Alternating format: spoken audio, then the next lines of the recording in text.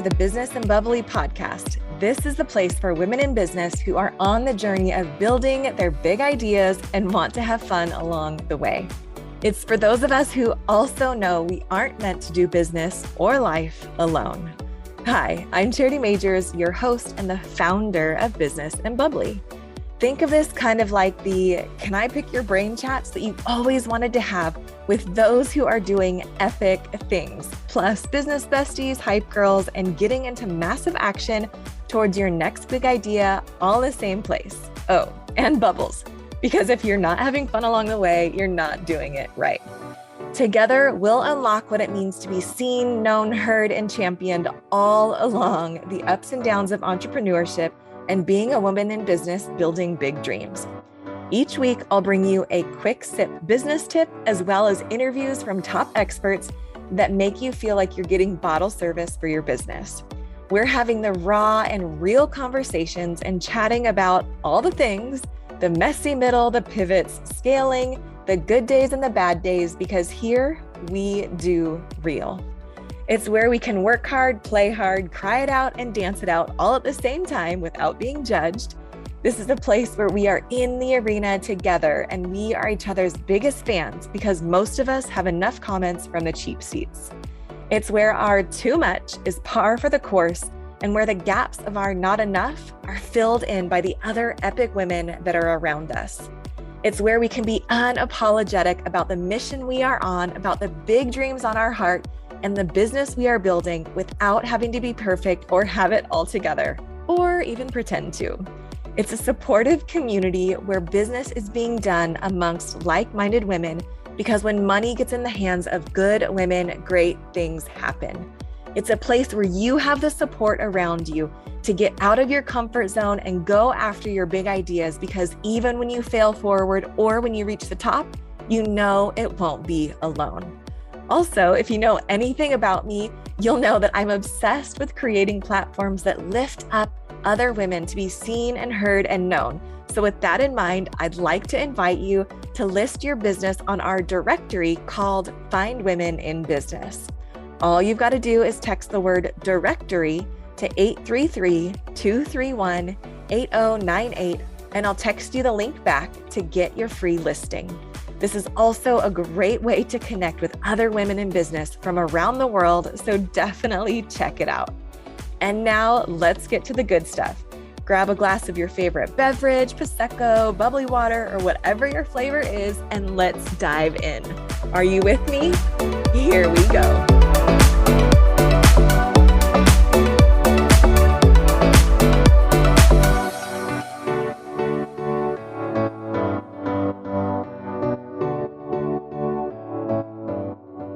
All right, welcome you guys. I'm excited for today's show. I'm actually giggling a little bit because our next guest, we're just starting our call and the recording and my computer died. So gotta love technology. But we're here, we're back, and we are recording. So I'm super excited about our next guest. This guy, I had the honor of meeting him a couple years ago at a leadership event. We're both online entrepreneurs, and so we were in a similar event together. And it was just really fun to meet him and pick his brain a little bit. So we've seen each other at a few other events.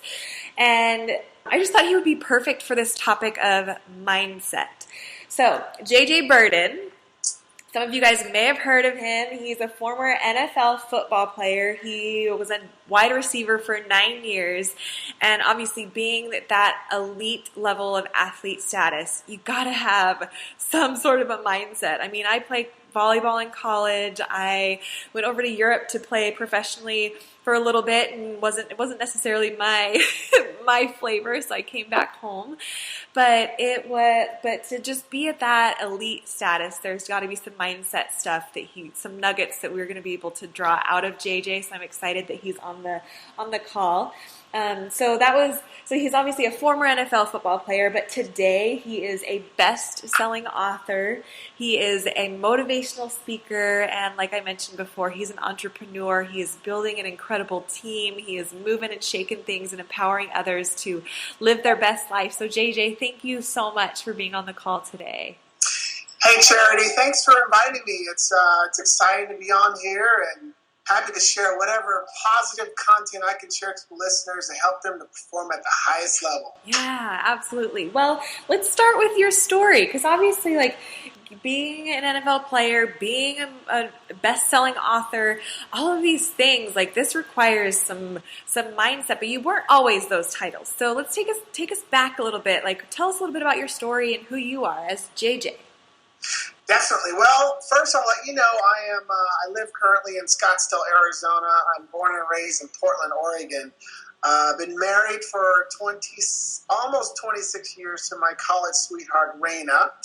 And we have 8 children.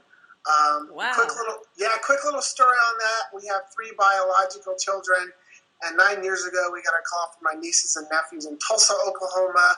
5 nieces and nephews were going to be placed in foster homes. So we decided, hey, let's take all those children. So our family quickly expanded from 3 children to 8 children, but it's been a great decision. We've impacted their lives, but they've also impacted our lives as well. So, but a little bit about my career. I was a track and field athlete at the University of Oregon, and I was also a football player, but when everyone tells you you're too small to play in college and you shouldn't be doing that, it kind of stirs up a hunger and a motivation to prove people wrong.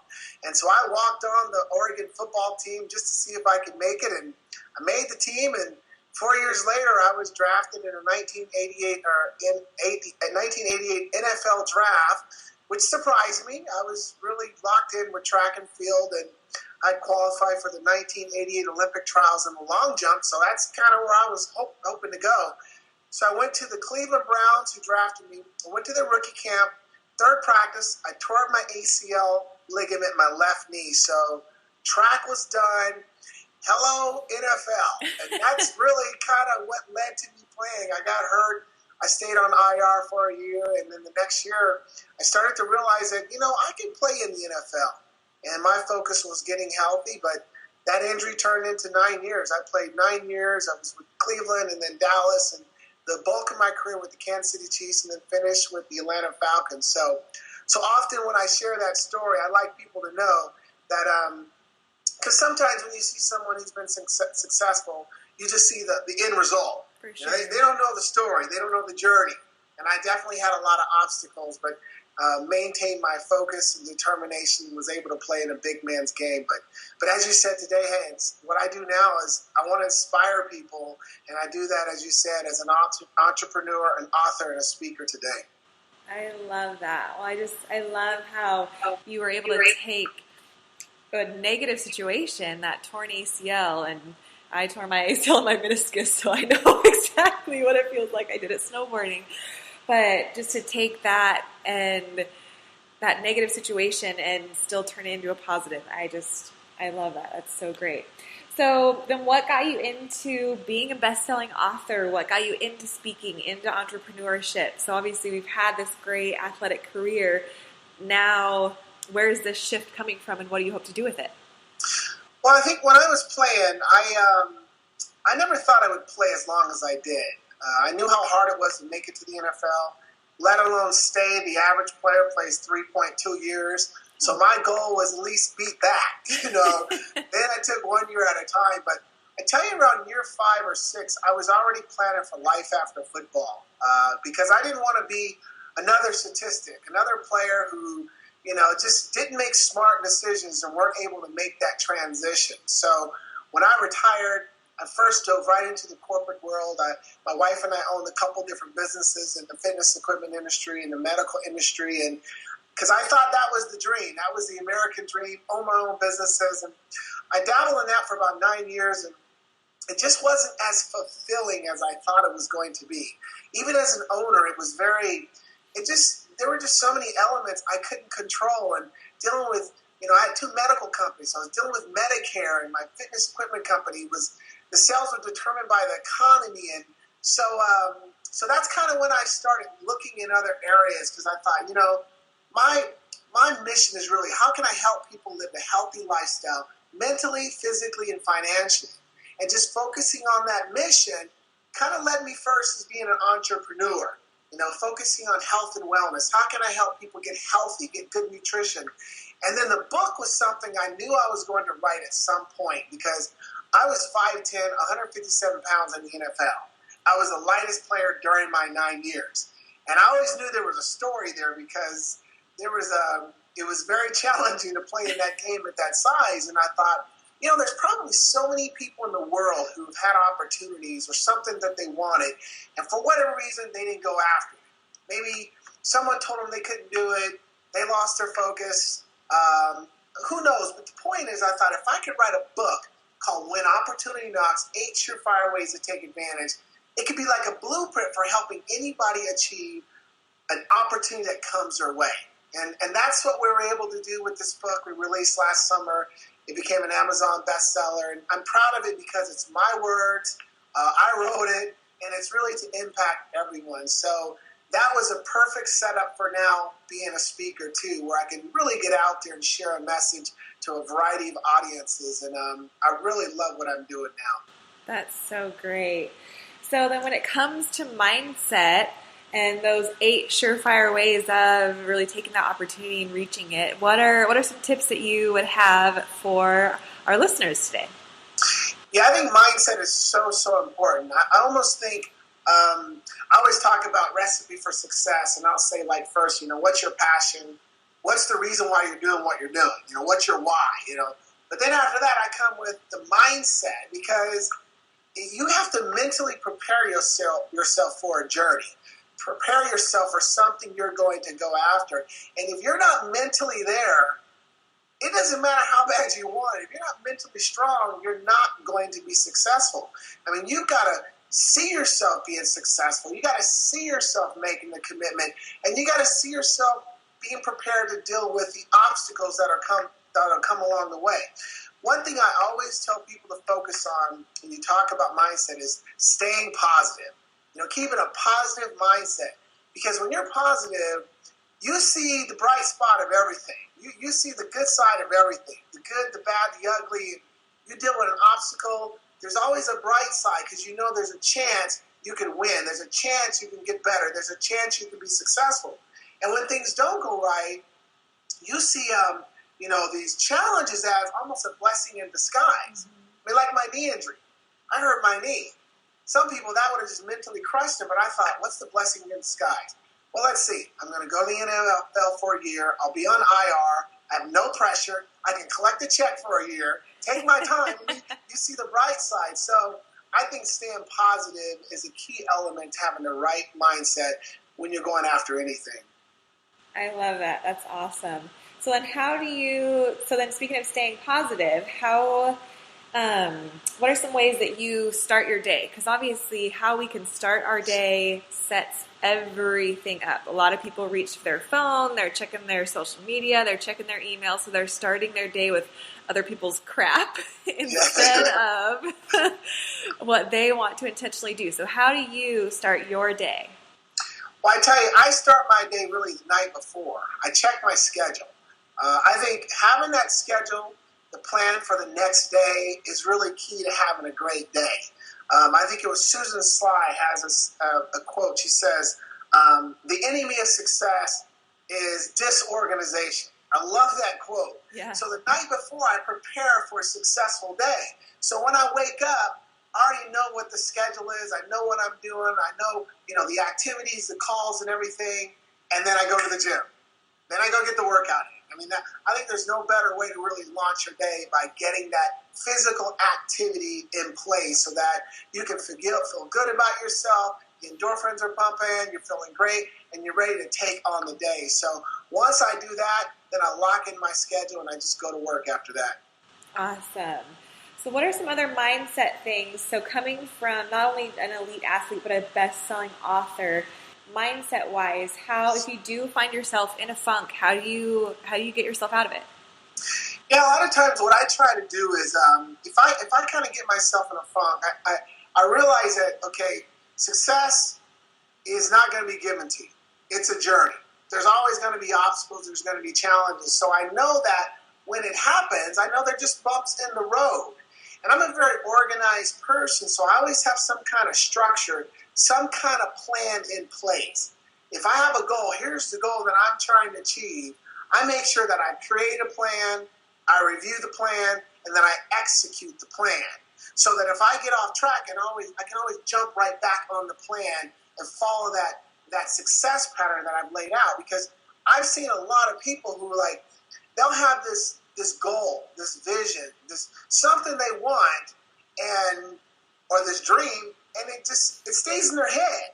It never even hits a piece of paper, Yeah. And if you're seriously committed about achieving something, it's going to hit a piece of paper. It goes into development mode. It should become a business plan, a structure step by step. And if you haven't done that, it's just a dream. So I always have some kind of plan in place so that if I do fall off track, I can always get back on track. Now, I know you can't see this, but several years ago, my wife created my weekly schedule. And this has been one of my secrets to success, really. She saw me just kind of chaos. I was all over the place. But she helped me create this weekly schedule. So Monday through Sunday, every day, I know what I'm doing and when I'm doing it.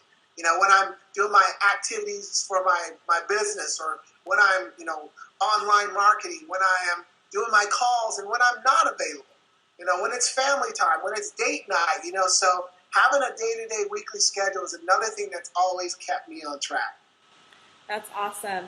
Going back to what you were saying with your goals and executing the plan, I think one of the biggest things, and I forget who says this, but it's really about leading yourself, right? When it comes to that execution, when it comes to that accountability.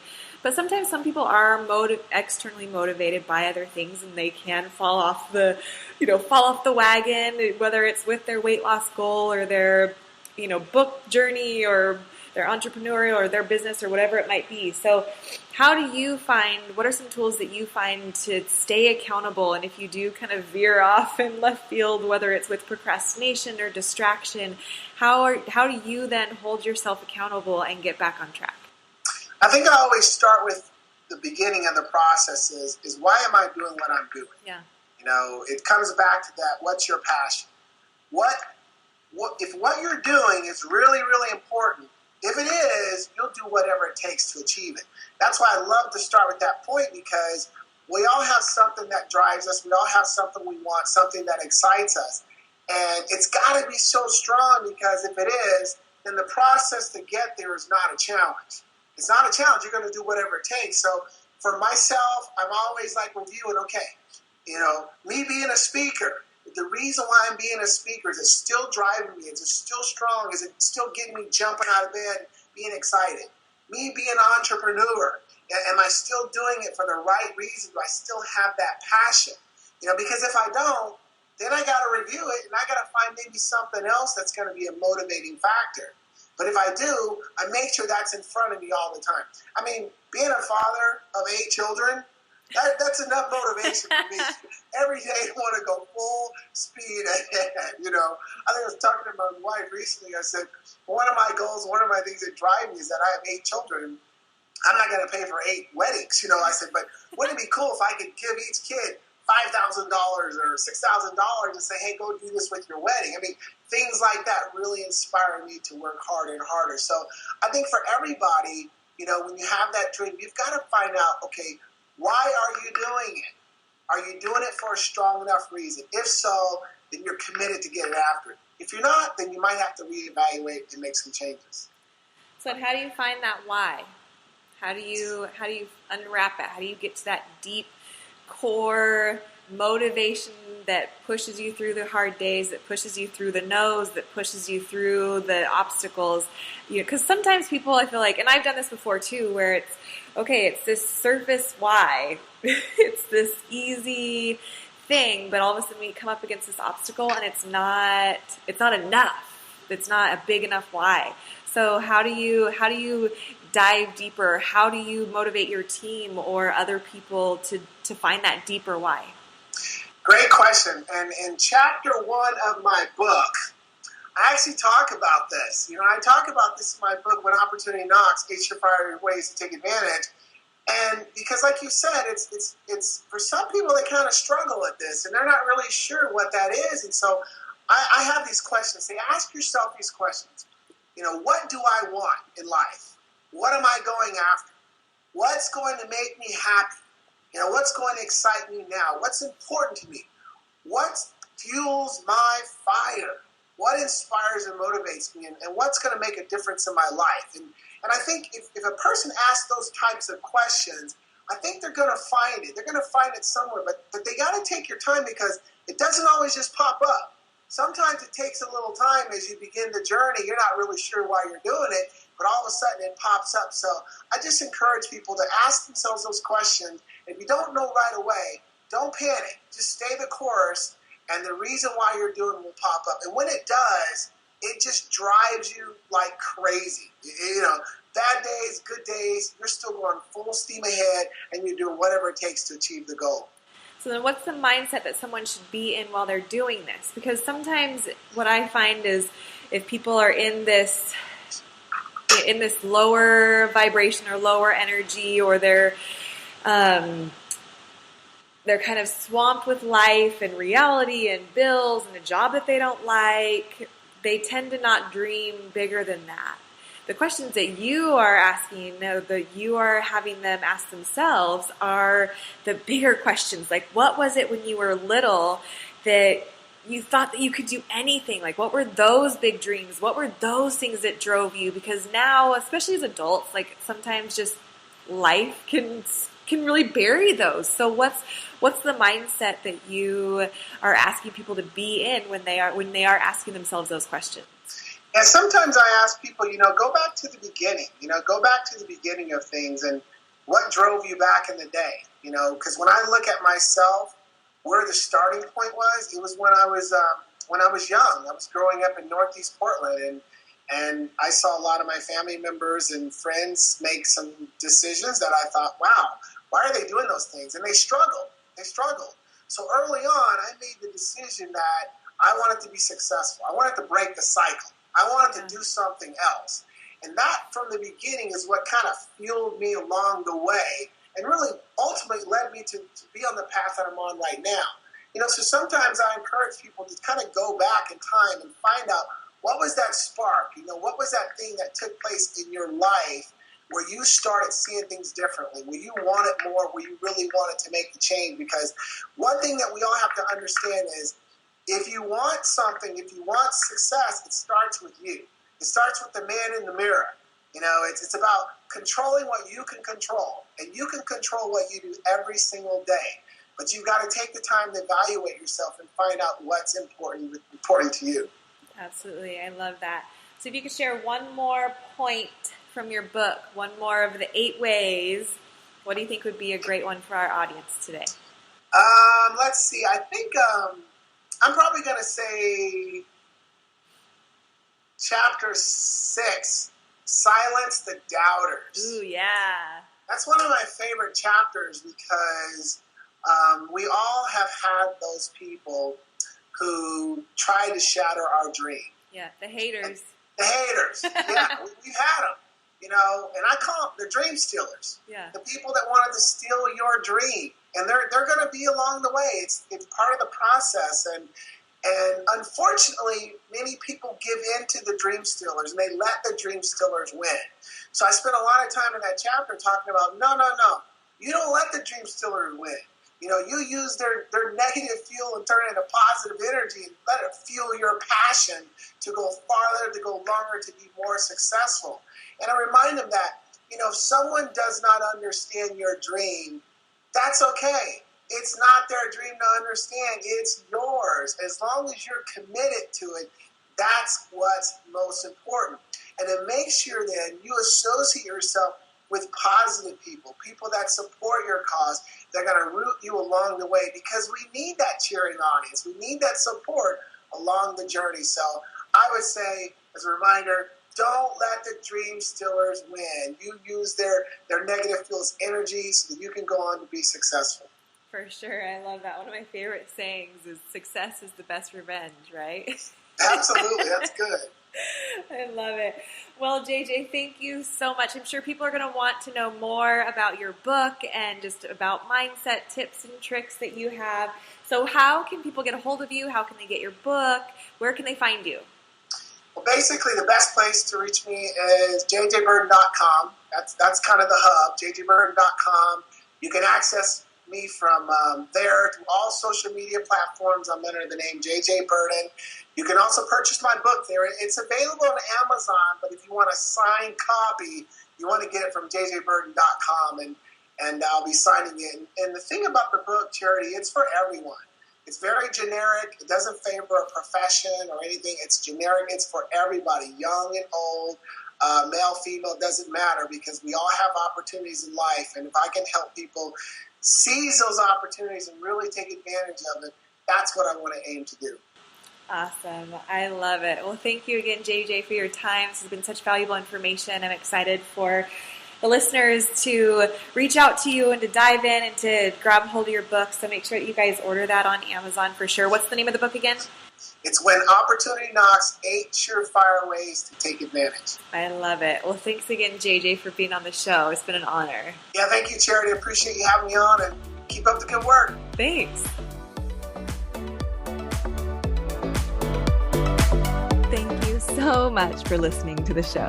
I hope it brought some value and some fun into your business and life. Remember to rate, review, and subscribe to the podcast, and even share the episode with a fellow business bestie who you know will love it.